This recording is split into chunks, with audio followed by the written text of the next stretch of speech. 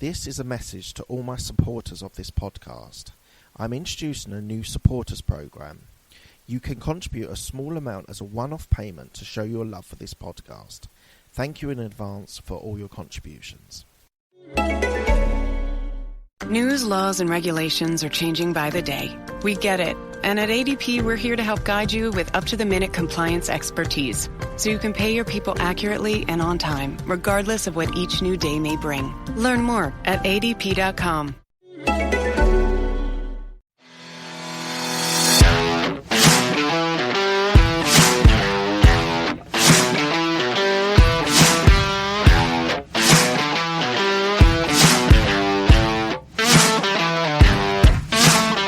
I just wanted to let you know before we start the podcast that I am doing an online podcast course, how to be able to create, get your guests, scale it and monetize it. So please do go to abmpodcastcourse.co.uk and go into the contact us bit. I'm looking for new people to be able to be a podcast creator and really to be able to develop their skills and knowledge into a podcast. So as I said, go to abmpodcastcourse.co.uk and sign up. Thanks. This is the Absolute Business Mindset Podcast, created and hosted by Mark Hayward. This podcast will help and support you with new ideas about business. These are my thoughts, ideas, and comments. Today we have Jeff Chastain, who is an entrepreneur, business owner, and coach. Hello, Jeff. How are you? Doing well, and you? Yeah, very good, thank you. Very good. Busy days at the moment, which is all good. How has COVID affected your business? It's definitely been interesting for sure. It's in a lot of ways, a lot of the clients and everything I've been dealing with have been just fine, but it's been a shift to online, obviously, with everybody's even sitting here doing Zoom kind of stuff right now, that everything's moved online. So it's been a bit of a change that way, where I'm used to doing coaching sessions face-to-face with leadership teams. Now it's doing through Zoom and having to adjust, because obviously an 8-hour day session through Zoom gets really old really fast. So it's been having to be creative on how we handle that, but no, so far so good right now. How do you think the sort of this terrible term, which is termed as the new normal, how do you think you'll go back to lots of face-to-face, or do you think you'll stick with Zoom going forwards? I expect at least some of it will go back face-to-face. I've actually already had, just in the last couple of weeks, networking events. I went to a lunch and learn, and even just that felt really weird to say, okay, I'm in a room with 10 other people. We haven't done this in 6 months here. This is what used to be very common. It's like, okay, this just feels weird now. But no, I fully expect at least some of it will go back. At the same time, I know I've talked to numerous companies that have kind of figured out, hey, this work from home stuff works. Why are we paying so much money for big fancy office space, et cetera? And they're actually abandoning leases and stuff like that because it stay virtual. So it'll be interesting to see how it shakes out, but I think it's going to be kind of a mixture of both, at least from what I'm seeing. I think you're right.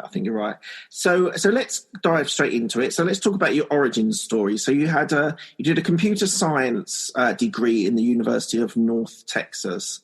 By all means, talk about any stories you have about your upbringing, but just how did you get into computer science, and sort of how did that sort of evolve? Oh, really? I got into programming and computer science. Technology has been my background all along, but I've got into programming really in grade school. I was very early doing, I forget what even the languages were, but it was still blinking green cursors and green and orange screens, stuff like that back in those days. But yeah, I started really early with computer science and programming, just because my dad was working for HP. He was actually on the architecture hardware side, but still I just happened to pick up programming, enjoyed it, went through, actually got to my senior year in high school. And basically I think half of my day was spent in the computer lab, either taking 2 or 3 different courses, and I was serving as a lab aide and something else. So basically I spent half my senior year in the computer lab. But so yeah, I went and did computer science through North Texas, and then actually went myself to HP for a number of years, working with them kind of in the big corporate world, before I honestly kind of got tired of corporate politics and shuffling corporate divisions around, and said, okay, I'm going to go do my own thing here. Let's jump back into the entrepreneurial field here and see that side of the world.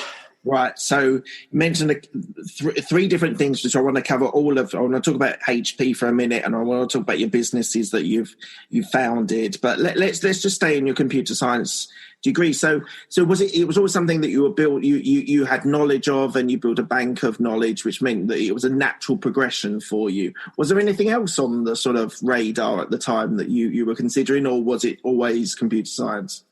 Really, I guess I went back and forth between computer science and architecture that I loved and still do. Love creating, love building things like that. So it was more of a question of, okay, do I go build physical things or do I build virtual software kind of things? And I'd actually still pull out the illustrations today, but I had all these different Lego sets and stuff like that. I had the really big, I forget what the names of them were, the collector series, the Technic series kind of stuff that were thousands of pieces kind of a thing, even back in those days. But so I'd always go back and forth between building those versus doing computer science. And actually, even in college, did 2 years of computer science, said, I'm getting kind of tired of this. Let's go switch over and do engineering for a year. And then I came back, finished my computer science degree. So even at that point, it wasn't a locked in for sure plan. It was still fluctuating then. And I was reading that you were a keen Lego builder, but do you still do it now, or is it actually? Yeah, I do. I've still got actually a project sitting here staring at me is one of the big Star Destroyers that I built years ago, and then we moved, and it didn't make the move very well. So I've got it still in pieces here. I've got to go put back together, kind of a thing. But that I actually, in some respects, I need to get that like pictures taken or video of it, something kind of a thing, because I always pull back in that this was one of the very early sets where they didn't have the infrastructure real solid behind it. So it was very fragile set that you couldn't pick up or move. And I always look at that from a business side standpoint and say, hey, if you don't have that core infrastructure, that core foundation, everything around the outside shell may look beautiful, but until something comes along and then it falls apart real easy. So it's actually an illustration that I brought in several times, and I just need to make sure I get a picture taken of it before I put it back together. And I assume that's something you tell a story as a coach, is it? Yeah. Absolutely. All right. So let's move to your time at HP. So you spent 5 years at HP. You've kind of answered already, but did you enjoy the corporate world? Did you enjoy the corporate experience? There were definitely days of it that I definitely did. It was one of those, and my upbringing, my family, et cetera, at least at the time, it's actually kind of shifted now, but my family at the time was all corporate. You go to corporate, you get the big job, you stay there for your career, you retire, it's nice, safe, everything like that. And really we were kind of in that time frame where all of a sudden corporate wasn't quite as safe, wasn't quite as secure, that HP especially was going through a bunch of changes at that point, several different downsizing, reorganizations, et cetera. My dad actually got caught up in one of those and ended up moving on to Sun, so everything worked out. But still, it was that kind of thing that, okay, wait a minute, this is solid job's not always there.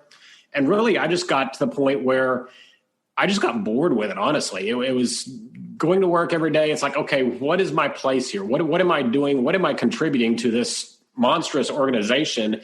And there just really wasn't ever any real big challenge or a real big sense of belonging or accomplishment or anything to that.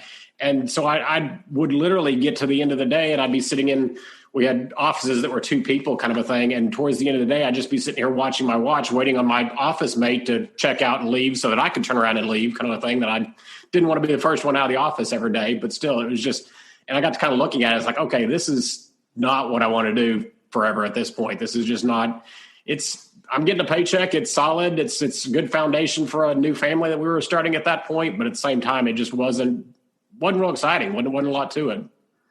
Okay. And thank you.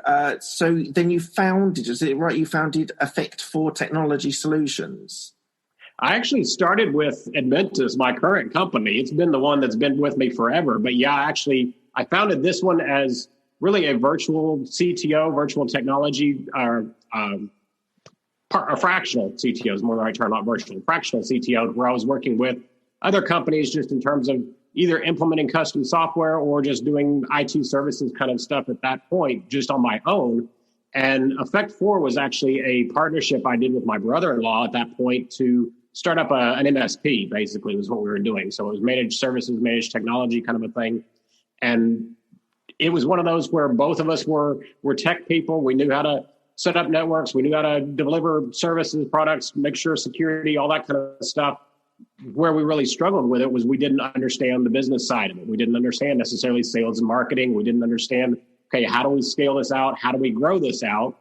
And what that eventually led to its downfall was we couldn't get the business to go beyond just the two of us anywhere. And we were just burning all kinds of resources trying to hire new people that continually would fail. And looking back on that, it was as much us as them kind of a thing. But it's just like we didn't know how to grow or scale that business really. So that was a somewhat short-term venture, a couple of years into that kind of a thing before it cratered. But yeah, at that point, he went off his own direction. I came back into my own personal consulting business here at the time, just really going back to that fractional CTO kind of work. That was the area that I really enjoyed. And being more of a sole proprietor at that point, I didn't have to deal with some of the business issues that we were facing trying to grow a bigger company. And that was Admentus Inc., is it? Yeah. Admentus has been my personal company since this was about 2005 now, so about 15 years now. Time flies. We'll be back after a quick break. Hi, I'm Alex, the host of X Health Show. Meet the future of healthcare. Think X-Men, that's X Health. Actual superheroes behind programming living cells to cure cancer once and for all. Tech that detects preterm delivery in seconds, brain-computer interface, or apps that employ AI to match your disease with the best treatment. X Health Show brings to you visionaries who push the boundaries of healthcare from Switzerland, the heart of Europe and the most innovative country in the world. Let me introduce you to their startups. Head to X Health Show, meet the future of healthcare. Happy to greet you there. And so tell me a little bit about that business. Tell me what you do, who are your clients, how you overcame the business, the sort of issue of not knowing how to run a business.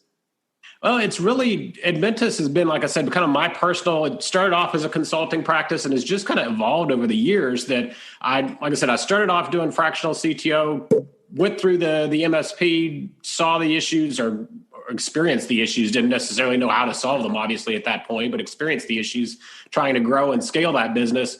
Came back into fractional CTO for a while, spent a number of years still here, continuing to do that. But in working with other companies, I was dealing with companies that, hey, we need a new CRM system, for example. We want to go put in a new CRM to grow our sales process, only for them to come out the other side of that implementation and say, wait a minute, our sales didn't increase. This didn't work right. It's like, well, technology itself is not going to teach you how to sell. If you don't have a sales process, if you don't know what your market is, if you don't know what your messaging is, technology is just an amplifier of whatever it's set on top of, kind of a thing. So it's going to amplify the mess that's underneath, or if you've got everything tuned up, then it'll work real well for you or help real well. And I actually came across a book called Traction from through an Amazon book suggestion of all things, because I'm a big reader. I'm always grabbing whatever business book out there. And it just really, the process nature of it, the simplicity of it, kind of a thing, of the system of saying, okay, this is how you really build a truly great entrepreneurial business, just resonated with me. It's like, okay, not only one, do I wish I had this 3 or 4 years ago when I had the MSP that failed, because this is a lot of the same issues we dealt with understanding where we were going as a business, understanding how to manage people, understanding how to manage data, things like that. But it was also an issue I was seeing over and over and over with my clients I was working at from a technology perspective, saying, okay, you guys don't know how to run sales. You don't know how to scale your organization, and you're trying to fix it through technology, which I'm still a big proponent of technology, but it's like, okay, technology on itself, like I said, doesn't solve the issue. It's going to make you more efficient at whatever you're doing. So if you're good at making a mess right now, it's going to make you even more efficient at making a mess. It's not going to clean that up for you. And so that was really one of the biggest pivots right there, was shifting more from just being that technology consultant to now being more of a strategic business coach, where it's just a completely different mindset that, okay, I attribute it almost with a consultant. A lot of times you're almost trying to embed yourself deeper into the business. Hey, is there another project I can grab? And it's some more time, some more hours, kind of a thing. Whereas now, being a coach with a business, I look at it almost more like if you're a parent trying to teach your kid how to ride a bicycle, my job initially is to hold on to the back of the seat, teach you how to balance, teach you how to pedal, teach you how to move forward. But I don't want to run next to you for the rest of your life kind of a thing here. That's tiresome on my side. I want you to learn how to balance. I want you to learn how to move forward on your own and ride this bike on your own so that I can actually step out and go work on another project, go pick up another project, something like that, but still have that feeling that I didn't have with the technology side of saying, hey, this company is now better off. They're actually moving forward, progressing forward, whatever. Whereas technology, okay, great. They signed me a check, but that's about all I ever took out of projects like that because it was just yet another project. So it's been an evolution of Admentus over the last 15 years. It definitely didn't start out this way, but it's been one of those things that because it was largely my corporation, it continued to evolve with me as time went over.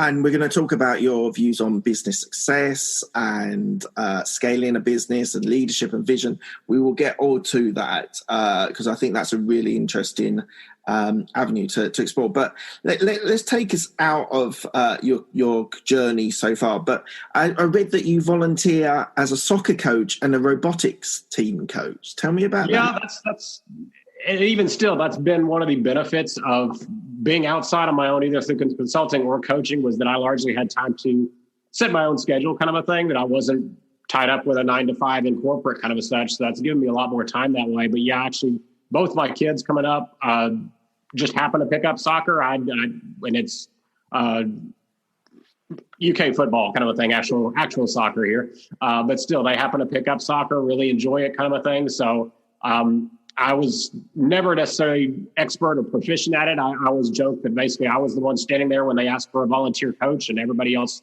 stepped back, and I didn't know I was supposed to step back kind of a thing. So I got left standing up front, but still it's just been, I enjoy getting to work with the kids, getting to work with teaching at that point. And then the robotics outside, obviously the same kind of thing. It goes back to my technical nature that I've got a couple of the three adults that work with us at the school right there where we are. And it's a big competitive program. If it's nationwide, at least over here with the States, that it's what is it called? First Tech Challenge that they're trying to start up. Actually, we're about to launch a new season if we can get all of the COVID, et cetera, mess figured out, because it used to be big in-person competitions with hundreds of kids together in a school. And it's like, yeah, I can't quite do that right now. But no, they actually literally from ground up start with bolts and wheels, et cetera, kind of a thing, assemble, build this robot platform from ground up and program it from the software side. And I've been helping more from the software side, but it's still just that being able to teach kids some of that engineering, some of that technology side that we obviously didn't have when we were growing up, just because it didn't exist at that point, but still just be able to get them kind of that foundation, that exposure, just as another alternative. Okay, you got music and you got art and drama, and now here's the technology side, or here's the programming side kind of thing, and coming up with school. So it's just an opportunity to kind of pour back into those kids. And while I've got the flexibility. Yeah, and for both of them, which came first, your coaching in your career or your coaching in soccer, football, and robotics? Technically, it was actually coaching with the soccer and robotics first before I made the shift. I was when I started with both of those, I was still doing consulting work on the technology side. I'm trying to remember if that went back as far as the MSP. Actually, it probably did. It was probably just after the MSP. But yeah, it was definitely still consulting there first. So do you think those working with kids was a good sort of starting point, or did you think you learned skills that helped you as a business coach as well? There's definitely, it kind of sounds bad in working with business leadership teams, but I definitely see a lot of parallels with some of the younger kids' soccer team or whatever, of trying to get everybody moving the same direction, everybody on the same page kind of stuff. So I can definitely pull stories and lessons from that. And a lot of times you'll get people to laugh that, hey, yeah, I'm really equating you to a 5-year-old down here trying to play soccer, but so at least it gets a laugh out of it. But yeah, no, there's definitely a lot of parallels, honestly, with parenting, with doing kids, with obviously sports and stuff like that apply directly into business.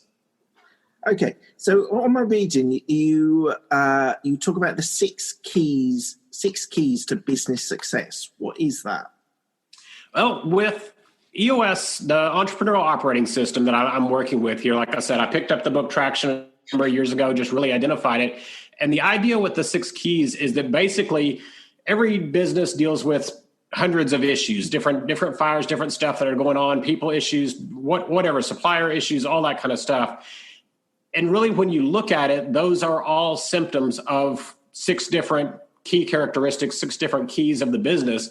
And we say that basically, if we can strengthen those 6 keys, basically make sure that you're proficient in those 6 areas, then all the rest of this other noise out here just goes away, because it's just symptoms of these 6 key areas. And if you go around the circle, it's vision, people, data, and then it's issues, process, and traction. So vision is just simply the idea of saying, okay, everybody's on the same page. Everybody's pulling the same direction. We all know we're going on one path, one direction. This is our goal. This is our target out here. Yeah. The people side is simply saying, okay, do we have the right people, right seats, kind of a thing. I think it's John Covey or whatever his is. I forget the name there, but basically it's just simplifying that down. The data side is, again, a series of tools that are simply revolving around, okay, is your business running on hard numbers, hard data, rather than most entrepreneurs just kind of saying, hey, this feels right. This is what I did before, so we're going to kind of go this way. This case, we're actually looking at, okay, what are the hard numbers to say, okay, are you truly running an efficient business? Are you truly being profitable, et cetera, kind of a thing, and bringing that down with hard numbers to where they always have a good pulse on the business.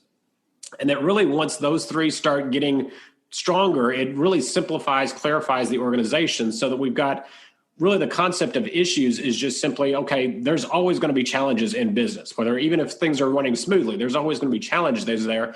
And we want to basically empower the entire team, the entire organization to say, at any point you see something, it's okay to raise your hand, say, hey, we've got an issue over here. And it's not a blame issue or anything like that. It's just simply, hey, there's something right here we got to address, we got to deal with and move forward. It's not a case of, well, pointing fingers, who did this kind of a thing. So it's almost more a mental shift or an attitude shift. And then the process side really resonates with me, being the computer science and the MSP, but it's simply getting processes, getting things in your business. So sales process, marketing process, things like that, codified such that, okay, when we go bring in that new employee, they know exactly what they're supposed to do. Their roles are defined through the people side, through the accountability chart we build, but their process is to say, okay, you need to go execute on our sales process. They know exactly what they're supposed to do. They know exactly their messaging. Everything's already documented for them. And then the traction side's the last one. And the way it's all put together is this big circular model, but vision's up on top, traction's actually right below it, to say that, okay, your vision is the big, it's the elephant in the room kind of a thing. And the adage of how do you eat an elephant? Well, you got to bring that back down one bite at a time to say, okay, how is the rest of your team going to sit here? You got a 10-year, 15-year plan for your vision. What are we doing today, or what are we doing this quarter to move one step closer to that, and making sure that everybody's operating accountability, discipline, all that kind of stuff on the right things today in order to bring us one step further and one step further towards that vision. So it's, as we get all 6 of those stronger, like I said, all the other issues, hey, how do we deal with suppliers? How do we deal with hiring new people? All that stuff just falls into one of these 6 buckets, these 6 components, and just working with that company to say, okay, as you strengthen these 6, basically you're just tuning that machine, you're turning into that well-oiled machine, so that we can then go all the way back to the beginning of my story, pull in a new CRM, because we've got documented processes now. We know exactly who we're going to go out to reach from a target market. We know from our marketing exactly what we're going to say to them. We've got all these pieces of the puzzle ready to plug right into that CRM and gain the efficiencies of that CRM, because we've got the underlying foundation built. So just a little while ago, you did a Brian Tracy quote, which I absolutely love. The elephant, you take it in small. Yeah. That's a great book, one of my favorites. It really is, because, I mean, granted, myself included, entrepreneurs are typically visionaries. We're big idea people, kind of a thing there. And I find so many times that the visionaries got that idea in their head, and it worked real well in the early days when it was 1 or 2 of them, kind of a thing now. And now you got a company of 20, the idea is still in their head. And everybody in the rest of the company is sitting here saying, I don't know what's going on. I don't know which way he's going to turn today or tomorrow. Did he go to a new seminar and now we're chasing this squirrel or that squirrel over here, kind of a thing there, that they don't the communication gap between the idea in his or her head and the rest of the team just prevents anything from happening at that point. It just, everybody gets stuck in the mud. You need a vision, you need operations, you need them both blended together to have a successful business. And I agree, as an entrepreneur, you're very open to how things can be fluid. But if you're a manager or someone in operations, that doesn't mean so much to you, does it? What's actually happening today, or they're planning their week, is more important than the actual vision. So, so when you're working with people, are you conscious of, when you're speaking to the entrepreneur who wants to talk about his vision for the next 10 years versus a manager or an operations director or something like that? How do you have those different conversations with different people? Well, it's still, I will actually disagree a little bit with you, because to me, the operations manager, the marketing manager, whatever, still needs to have sight of that vision. They need, because the vision really, one, get out of the entrepreneur's head, but still be something that the rest of the team can get excited about. Because I go back to my days with HP, there wasn't any vision for HP at that point. There wasn't any vision for even the division I was in, kind of a thing. It was like, okay, why am I here short of just collecting a paycheck? Especially in an entrepreneurial organization, you got 20, 25, even up to a couple of hundred people, kind of a thing. They need to have, if you're really going to be efficient, if you're really going to be successful, they all need to share that vision and be excited about, okay, I'm part of this. I kind of relate the story of, if I were to walk into your company and find John standing by the water cooler and ask him, hey, what's going on with Acme widgets here? Well, we're a widget maker, no big deal, kind of a thing. Okay, so what's your job here? Well, I work over in fulfillment. And he makes a quick haste exit, because why am I getting interviewed by this strange person here? Versus if I walk in and find Sue there and she says, yeah, we're one of the top widget makers in the entire Southwest here. We've got all this, we're one of the best products. We're about to roll out this new feature here. We're doing this and that. Okay, where do you work? Well, I'm over in fulfillment, and I'm actually in charge of the team that's sitting here working on our make sure our processes are all in line so we can scale out into the Southeast and Northeast region next year.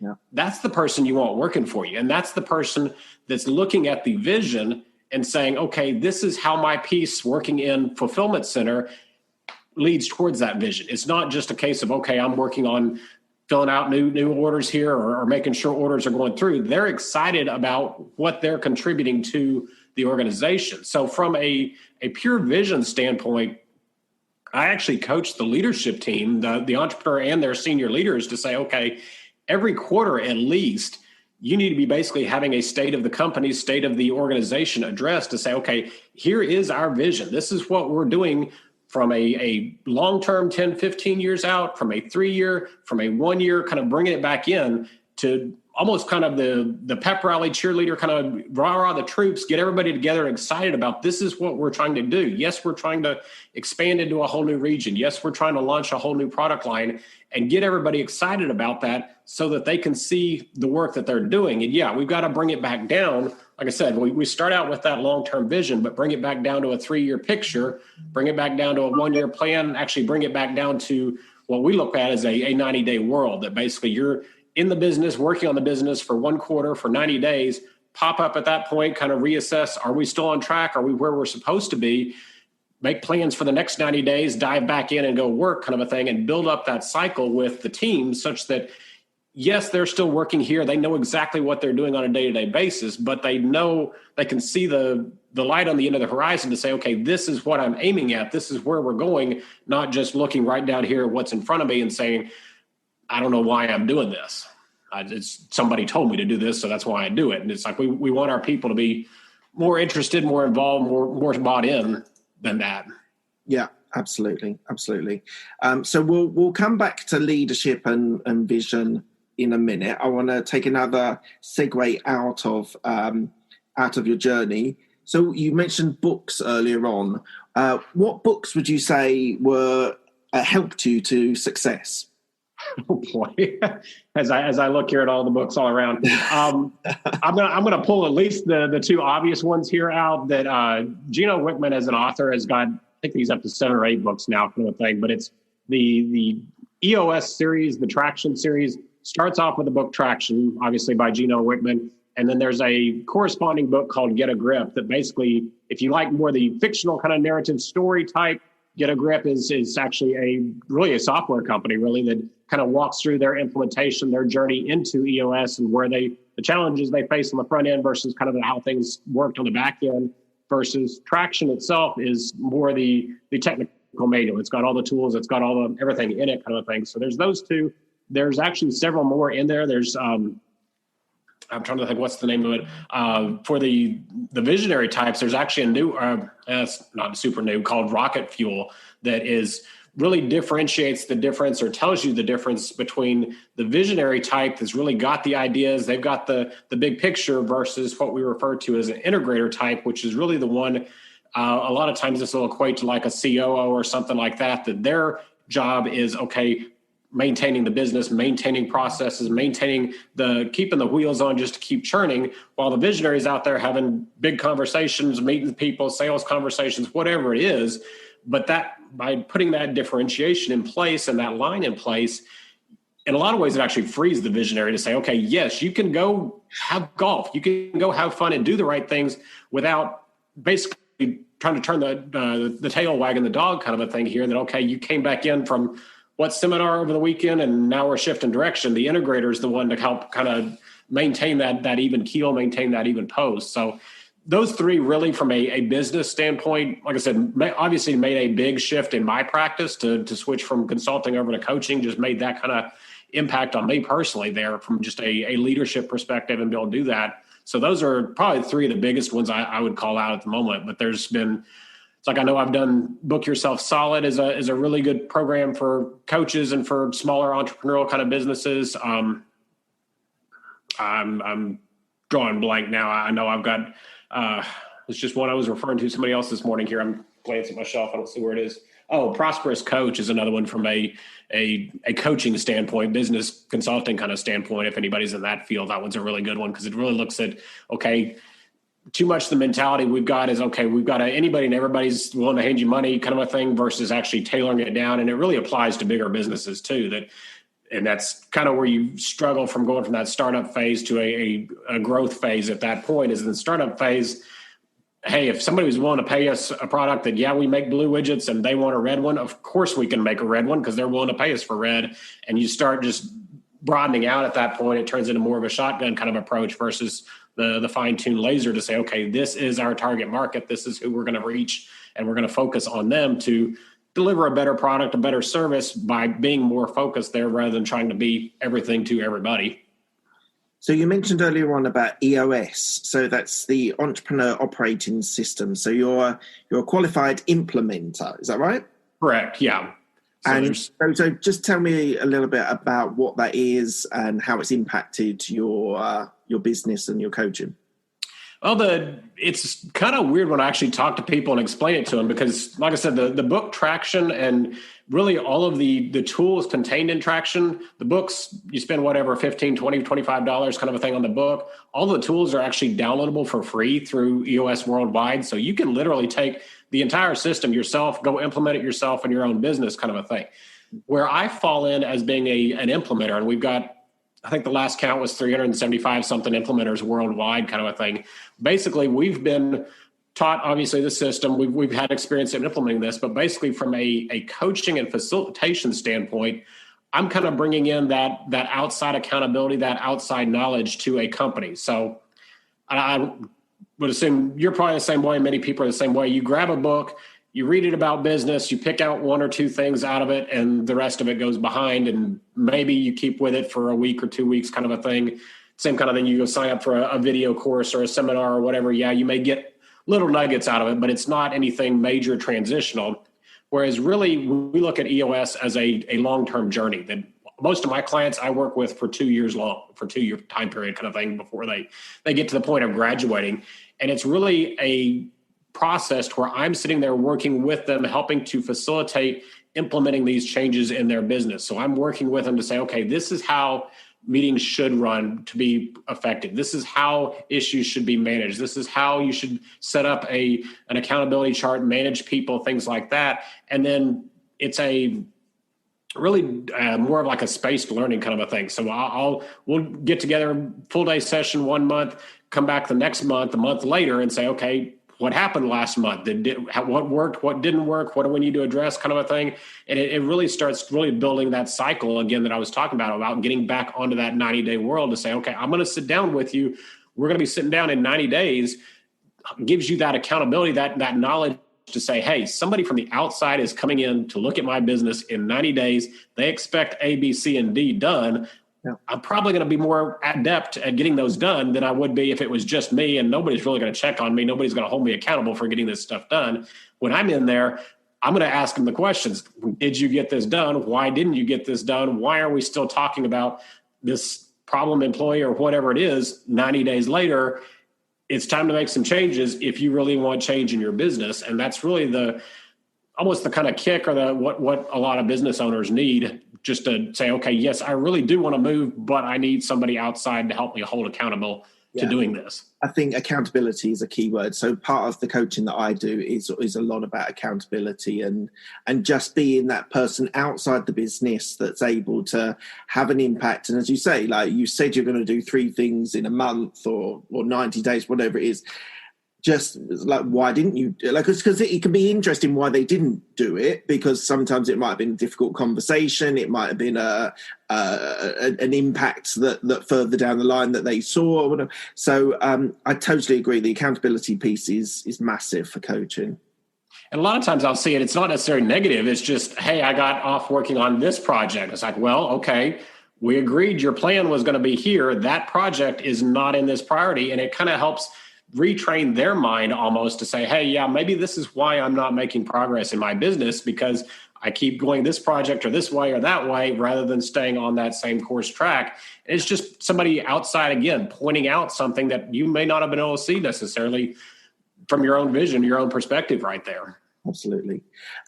So I'm interested to ask you a question. So you're an engineer, you're a computer scientist, you've now moved into more leadership and business. And would you say that now, which way do you balance yourself between the creative and the engineer? What's your sort of do you think you've changed, or do you think the engineering principles are still used in a creative way?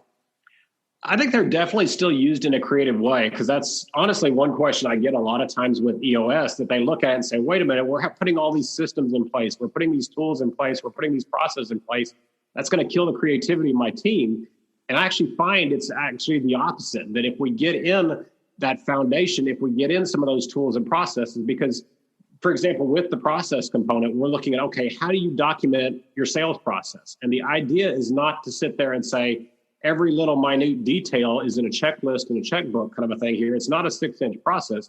It's a 1 to 2 page document, the highest 20% key little mountaintops, peaks in the process that gets you 80% of the value. So from a sales perspective, my numbers are that, okay, salesperson, you need to have brought in X number of new leads, or you need to have closed X number of new business this quarter. I'm not going to tell you, does that mean sitting down and making 100 calls a day, or does that mean going out and meeting 5 people for coffee? That's your creativity. That's your personality for what works best with you. From my perspective, I'm looking at, okay, what are the numbers that make sense to my business? And that's really deals closed, deals at the table, whatever, how that's phrased. How they get there, I'm not trying to sit there and legislate or micromanage you to that level. That's where I want your creativity. I want you bringing new ideas, that if you've got a better idea as to how we make our goal of 100 widgets this month, if you can come up with some creativity to, hey, what if we change this in our process? Great, bring that. My objective as the business owner needs to be those end goals, to say, okay, we're making 100 this month. We're making 5 new deals this month, whatever the case may be. And how we go from point A to point B is where that creativity still is really encouraged more than anything. Because I think when you start bringing in the entrepreneur or the business manager that honestly doesn't have clarity in the business, that's where you get the micromanagement, because they don't know what you're doing for the next month to hit those deals. So they're the ones sitting there right at your desk saying, okay, have you picked up the phone and called 5 people today? When it may not be the strength of that person, or it may not be how they're the most effective. And it just kills, honestly, your kills the creativity for sure, but kills the morale by sitting there. You're in everybody's back pocket kind of thing, trying to say, okay, do your job my way rather than your way. And that, to me, that's what kills creativity more than the process, more than the engineering. To me, the process and the engineering frees it up as long as it's done in the right way. Absolutely.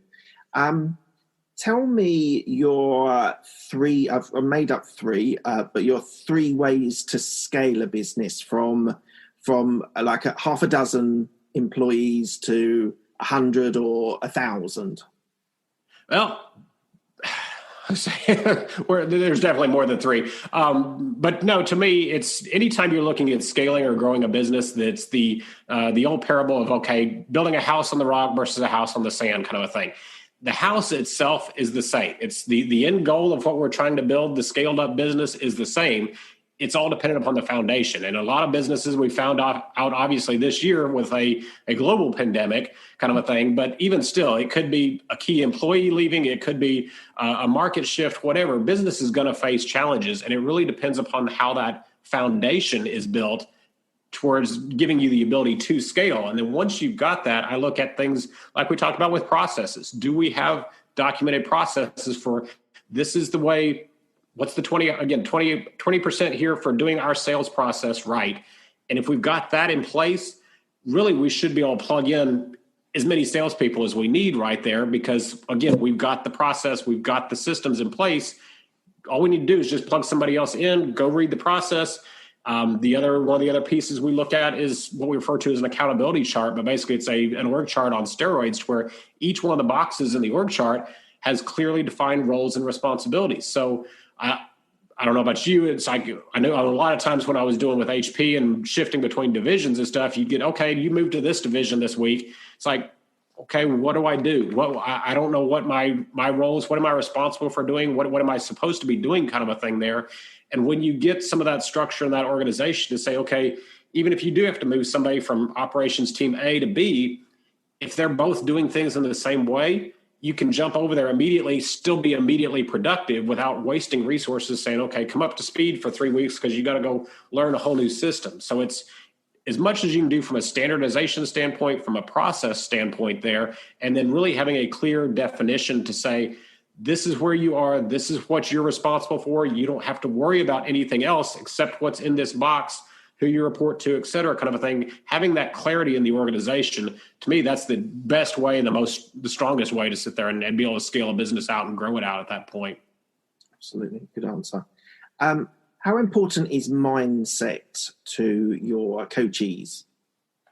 It's actually, it's almost the key more than anything, because with the way EOS works from an implementer standpoint, like I said, it's a spaced learning process out. There's no contract, there's no lock-in, nothing that I deal with my clients. Basically, they're my client as long as they're seeing value. So if I go into this, and it's one of the first things I look for with them to say, okay, do you have the mindset? Do you have that open, that honest, hey, I'm willing to change, I'm willing to grow, I want to change, I'm more afraid of status quo than I am of change kind of a thing. If you don't have that mindset, you're not going to be a success with the system, because it is a long-term journey with the system and a long-term way of a change in the way you do things in a lot of ways. It's obviously a positive change that I look at it as, but because my engagement is basically on a session by session, coaching by coaching kind of thing, if you don't have that mindset, then you're in it for the short term. You're going to fall out pretty quick, and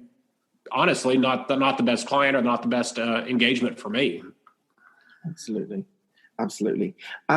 Another sort of tangent question, but what would you say is your biggest struggle that you've had in your career? Was it the corporate, which was your struggle, or has there been struggles being a business owner or a coach? What would you say?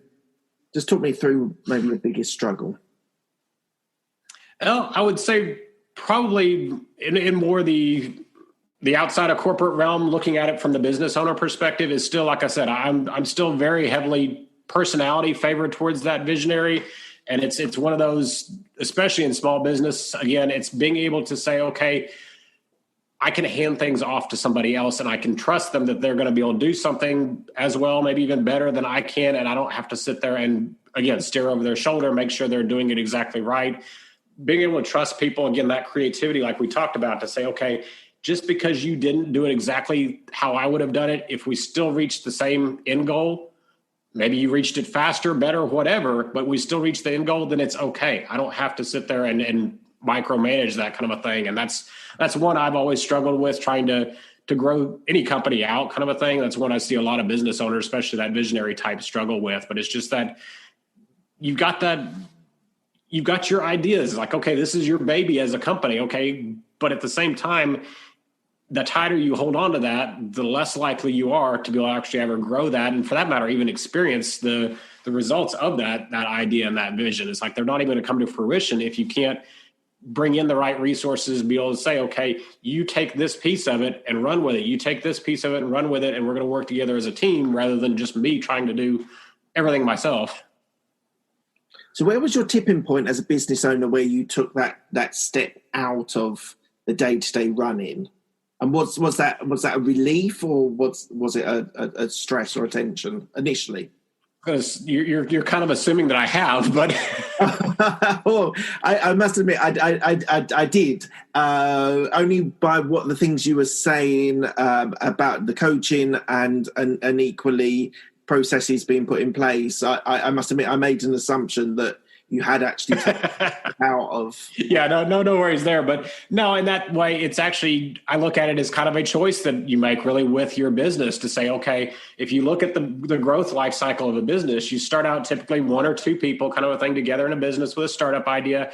It goes through stages as it's going there, but it really, you hit this tipping point. I'm trying to remember it's a different system, a different language that refers to it kind of as a whitewater stage, that, okay, things that we used to be able to do things real well here. We've expanded here, but we haven't quite, the business hadn't caught up to the bigger market we're trying to hit and things like that. And you've almost got to make the choice at that point to say, okay, do I want to push through this and keep growing, i.e. scale the business out, make a larger company, or do I want to go back here and stay basically the boutique firm and know that, okay, I can't do the big grandiose idea that my competitors might do that are much more scaled out, but I can focus again more tightly to say, okay, I want to accomplish this. And at least as of this stage, I still, my longer term plan is still to grow bigger with it. But at least this stage right now, I'm still content with being that boutique firm, that it's myself working directly with my customers.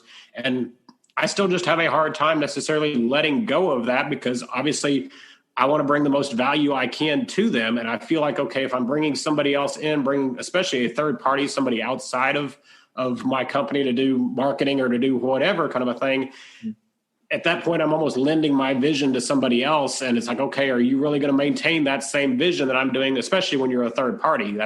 It's one thing when you've got employees and you can kind of more tightly control that within the company. But when you start bringing third parties in for being a solo entrepreneur, things like that, then it makes it a lot harder to control that. So at least as of this stage, I've staying more in that boutique kind of market, but I at least know that, I recognize that now, so that one, I know that, okay, there's a reason I'm staying here and I'm intentionally staying here, but at the same time working with those clients to say, okay, yeah, I know you're the 4 or 5 person staffing firm, but the problem is your goal is to sit here and sell this firm in 15 years. And right now you are the firm.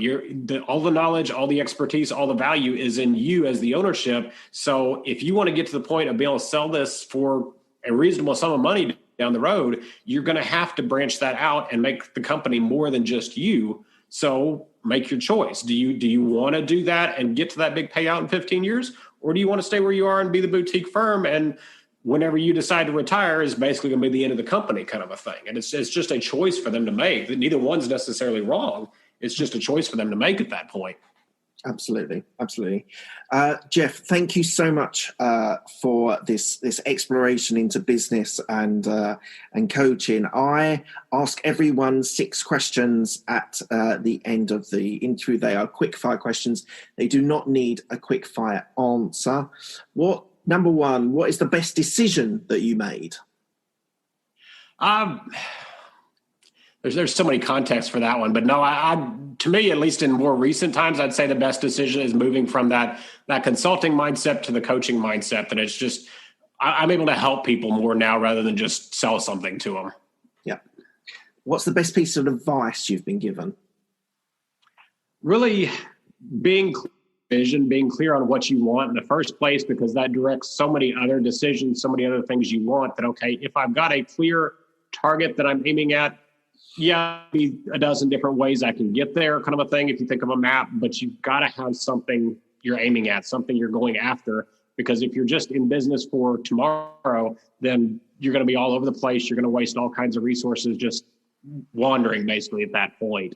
So having a clear vision, having a clear destination is absolutely key. Whether a business or anything else, but still having that kind of clear target. Awesome. Who helped you most in your career? This one is, I can't necessarily come up with any one specific person, but the key takeaway I come up with here is it's not necessarily a book, or it's not necessarily a webinar or a video series. I've always learned best from my own fellow entrepreneurs to say, okay, even though you may only be one step ahead of me kind of a thing there, what struggle did you run into? What did you do that hopefully maybe I can leapfrog here and not have to run into because I learned from that? So it's, to me, that almost turns back to me internally to say, okay, I may not be the absolute best coach, the best whatever, the best anything, but I'm still a step ahead of somebody else, and I've got something I can go back and teach them, right? So I've got something I can explain to them to help them. So I don't have to be the best in the room. I just have to be, or realize that really I'm one step ahead of somebody else that I can't always help them. Right. Any regrets? There's a lot of things I'd like to say. If I knew what I knew now, I'd go back and do differently. But the reality of the matter is, looking at it as one kind of global timeline, if I didn't go through those struggles at that point, then I wouldn't be here necessarily today, or today would look differently. So I don't necessarily ever look at it as regrets. There's things I wish I would have done differently, but at the same time, I always try.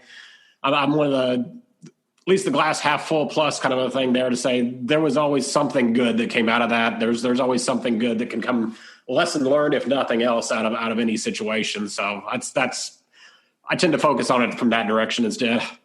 No, that's good. That's good. What are you most proud of? That's another proud. I kind of is just a word I just struggle with more than anything right there. Just because I'm not one that likes the spotlight. I don't like the attention or whatever there. I just, even in coaching right now, I like working with companies to be able to see them have a success kind of a thing. It's not even necessarily, I make my living obviously of them having success, but still my focus is on helping them achieve that vision, helping them grow kind of a thing there. So it's just, I guess, more than anything, having the knowledge, having the skill set to be able to help somebody like that. But again, I shy away from the word proud. I just don't like the spotlight. Very humble man, Jeff. Very humble man. That's nice. What does legacy mean to you? I guess I look at legacy still as, I don't know if you'd call it the old-fashioned, the traditional of saying, okay, once you reach the graveside ceremony or the obituary, what are those people going to say about you looking back? What do they say? Hey, he was a godly, fearing man. Was he a good family man? Did he help a bunch of people, or was he the one that wanted all the money or whatever kind of thing? It's just looking back on your life to say, okay, what impacts did you have here? Not necessarily what did I gain? What did I grab kind of thing right now? It's saying, okay, who did I help? Who did I lift up at that point that they were there, that they needed something kind of a thing there, to be recognized for having just that kind of mindset, or that kind of, okay, help first all the time. Okay. Always looking to help somebody rather than always looking for the self-gain or the self-promotion there. Great answer. Thank you. And lastly, where can people find you? Biggest place right now is just online, is Admentus.com, is ADMENTUS.com. There's all kinds of EOS resources up there. And just, if you got any questions about EOS, anything like that, I actually, any of the new clients actually give a 90-minute workshop just explaining the entire system directly to them, to their leadership team. Any questions they have, kind of getting all that set out before we ever kind of jump into the journey with them. But yeah, all that information is just up on my website. Obviously, scheduling form, contact form up there. If you've got any questions, I'm always, like I said, always open to help, always open to questions, anything that way. But yeah, I'm across all the social media, but still Admentus is basically the key word, whether it's website or anywhere else on social media. Lovely. Thank you, Jeff. Thank you so much for your time. It's been really fascinating speaking to you. Thank you very much. Cheers.